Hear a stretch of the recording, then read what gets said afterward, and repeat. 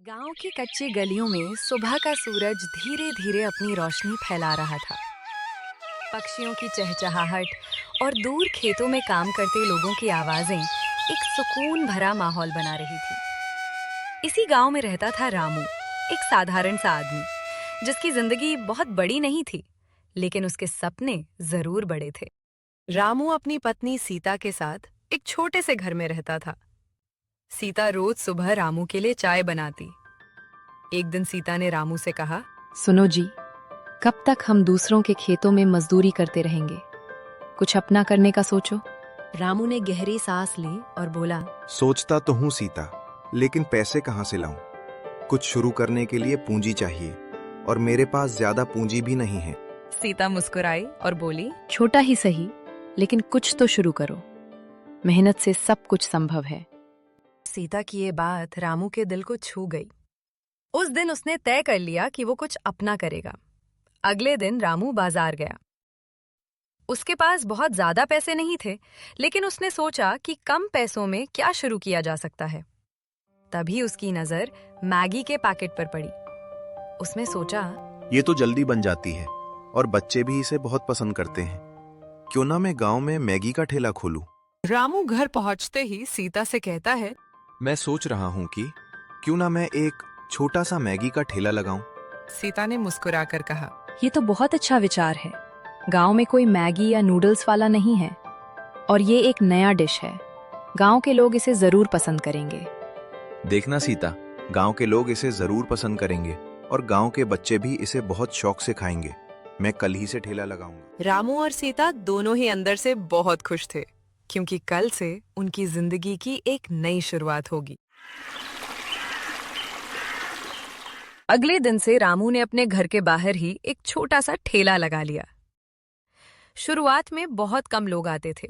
गांव के लोग थोड़ा हिचकिचाते थे, कुछ लोग मजाक भी उड़ाते थे। एक दिन गांव के एक आदमी ने हंसते हुए कहा, अरे रामू, ये क्या ले आए हो तुम शहर से? मैगी? अरे भाई, ये शहर वाला खाना गांव में कौन खाएगा? रामू ने मुस्कुराकर जवाब दिया, कोई ना कोई तो जरूर खाएगा, बस थोड़ा समय दीजिए। जब इसकी खुशबू उठेगी ना, तो खुद ब खुद लोग पूछेंगे, रामू ये क्या बना रहे हो? बात तो तुम्हारी भी सही है। समय बदल रहा है, लोग भी बदल रहे हैं। अगर नई चीज अच्छी हो तो उसे अपनाने में कोई बुराई नहीं है। ये कहकर वो वहां से चला जाता है। आज का पूरा दिन ऐसे ही बीत जाता है, लेकिन रामू के ठेले पर एक भी ग्राहक नहीं आता है। शाम को जैसे ही रामू घर आता है, तो सीता उससे पूछती है, कैसा रहा आज का पहला दिन? मुझे उम्मीद है अच्छा ही रहा होगा। रामू उदास होकर कहता है, क्या बताऊं सीता, बहुत उम्मीद के साथ गया था, लेकिन एक भी ग्राहक नहीं आया ठेले पर। किसने घूर के भी नहीं देखा और एक ने तो मेरा मजाक ही बना दिया। ये सुनकर सीता अंदर से सहम जाती है। आप थोड़ा सब्र कीजिए। मेहनत करने से हमेशा कामयाबी ही मिलती है। हमें सब्र के साथ काम लेना है। फिर देखिए, हमारा ठेला पूरे गांव में मशहूर हो जाएगा। सीता की ये बात सुनकर रामू को थोड़ा राहत मिलता है। अगली सुबह रामू फिर से दुकान लगाता है और इस बार वो जोर जोर से आवाज लगाता है, आइए आइए, गर्मा गर्म स्वादिष्ट मैगी खाइए, सिर्फ 20 रुपए में। आइए आइए, गर्मा गर्म स्वादिष्ट मैगी खाइए।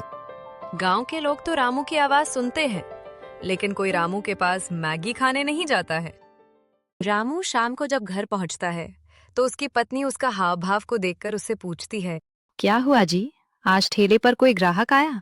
नहीं सीता, आज भी कोई ग्राहक नहीं आया ठेले पर। लगता है मेरी किस्मत ही खराब है। नहीं जी, ऐसा नहीं बोला करते। सीता को रामू की परेशानी अब और नहीं देखा जाता है, इसलिए वो रामू से कहती है, आप परेशान मत होइए, सब ठीक हो जाएगा। कल से मैं भी आपके साथ मैगी ठेले पर चलूंगी। तुम क्या करोगी मेरे ठेले पर आकर? वहाँ तो कोई आता ही नहीं है।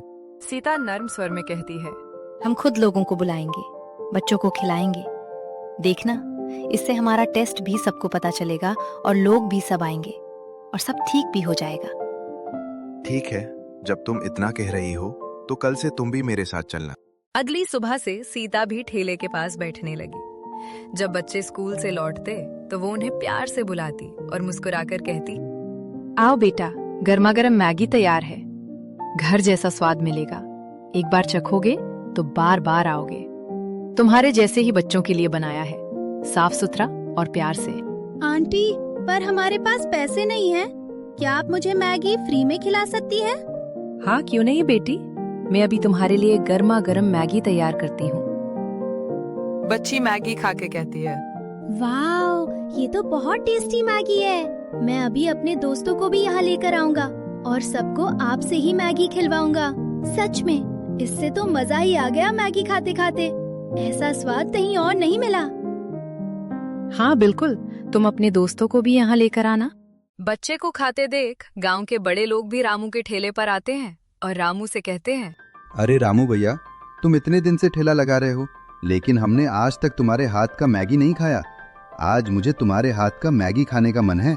चलो जल्दी से एक प्लेट मैगी लगाओ। हाँ भैया, अभी देता हूँ, बस 2 मिनट दीजिए मुझे। रामू जल्दी जल्दी मैगी बनाने लगता है। रामू उन्हें मैगी देता है और वो दोनों खूब मजे से मैगी खाते हैं। जैसे ही मैगी खत्म हो जाती है, वैसे ही वो बोलते हैं, वाह रामू भाई, तुमने तो बहुत बेहतरीन मैगी बनाई है। एकदम मसालेदार स्वादिष्ट है ये। मुझे तो लगता था तुम्हारा मैगी उतना खास नहीं होगा, लेकिन ये तो बहुत मजेदार है। खा के दिल खुश हो गया मेरा। हाँ भाई रामू, बहुत बढ़िया है तुम्हारी मैगी। आज से हम रोज आएंगे तुम्हारी मैगी खाने के लिए। बहुत बहुत शुक्रिया आप दोनों का। आप रोज ऐसे ही आइए और मैं रोज ऐसी ही स्वादिष्ट मैगी खिलाऊंगा। धीरे धीरे और भी गांव के लोग रामू के ठेले पर आने लगते हैं।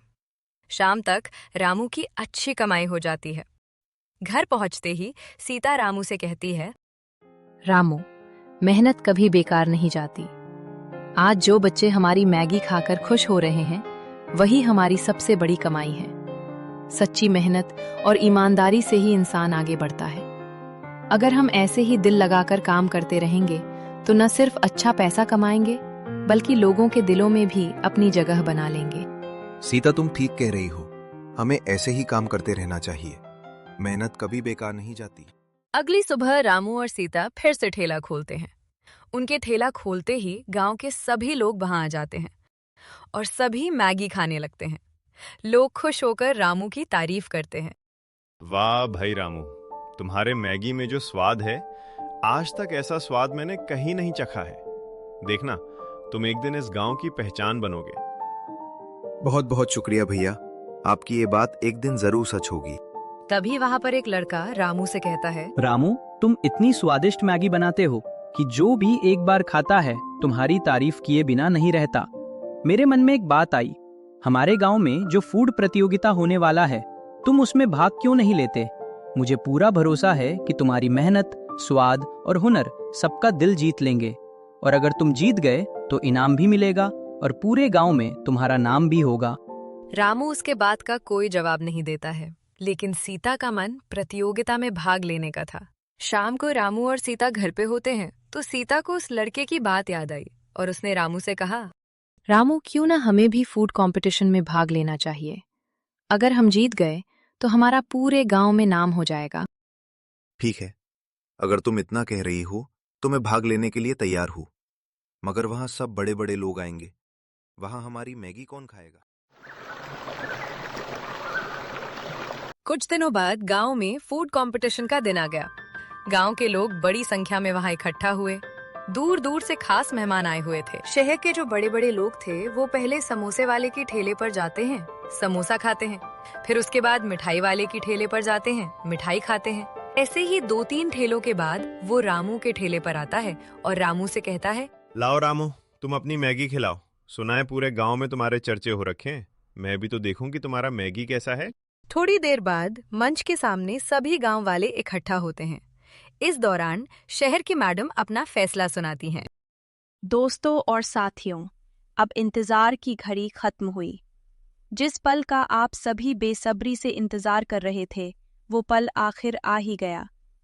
आज के इस फूड कंपटीशन में सभी प्रतिभागियों ने अपनी मेहनत, हुनर और स्वाद का बेहतरीन प्रदर्शन किया है। इस प्रतियोगिता का विनर है रामू मैगी वाला। रामू को पूरे 50,000 की राशि दी जाती है। ये सुनकर रामू और सीता दोनों बहुत खुश हो जाते हैं। उनके आंखों से खुशी की आंसू निकलने लगती है। पूरी गांव में रामू की चर्चा थी। अब रामू का पूरे गांव में इज्जत होने लगा। लोग बाहर बाहर से उसके ठेले पर मैगी खाने आने लगे। तो दोस्तों, हमें हमेशा इसी तरीके से मेहनत और लगन से काम करना चाहिए। मेहनत हमेशा सफलता की ओर ले जाता है और वही रामू के साथ होता है। रामू की मेहनत उसे सफलता की ओर ले जाती है। तो दोस्तों, हमेशा ऐसे ही वीडियो देखने के लिए हमारे चैनल को कहानी प्लस टून्स को सब्सक्राइब करना ना भूलें। मिलते हैं अगले वीडियो में नए अंदाज के साथ।